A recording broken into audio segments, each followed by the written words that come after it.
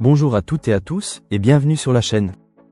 Aujourd'hui, nous allons parler d'un sujet qui concerne de nombreuses familles françaises, les dons familiaux d'argent et l'exonération fiscale temporaire qui leur est associée.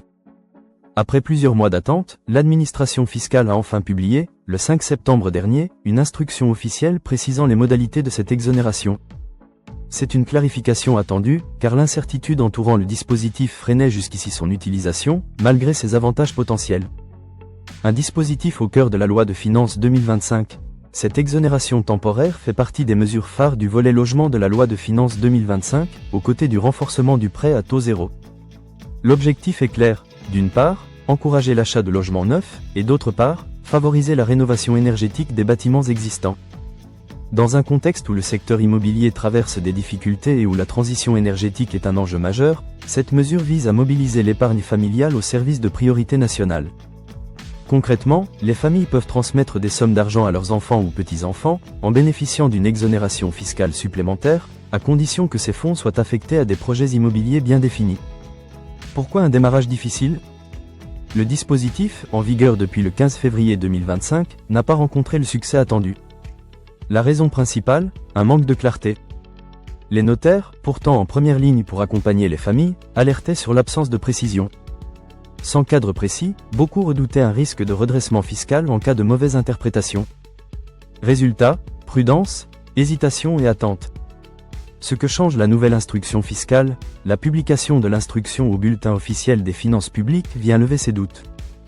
Désormais, les conditions d'éligibilité, les justificatifs nécessaires, les délais à respecter et les modalités de contrôle sont clairement établis. Les notaires disposent enfin d'un cadre réglementaire solide pour conseiller leurs clients, et les familles peuvent engager ces donations en toute sécurité. Qui peut en bénéficier ?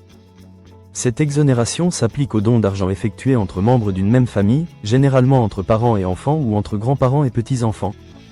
Mais attention, pour être éligibles, les sommes doivent être utilisées exclusivement pour l'achat d'un logement neuf ou pour financer des travaux de rénovation énergétique. L'État poursuit ainsi un double objectif, relancer la construction immobilière et accélérer la transition énergétique. Perspectives et recommandations. Grâce à cette clarification, le dispositif devrait connaître un regain d'intérêt dans les prochains mois. Cependant, il est important de rappeler que l'exonération reste temporaire. Les familles intéressées doivent donc agir rapidement si elles souhaitent en bénéficier.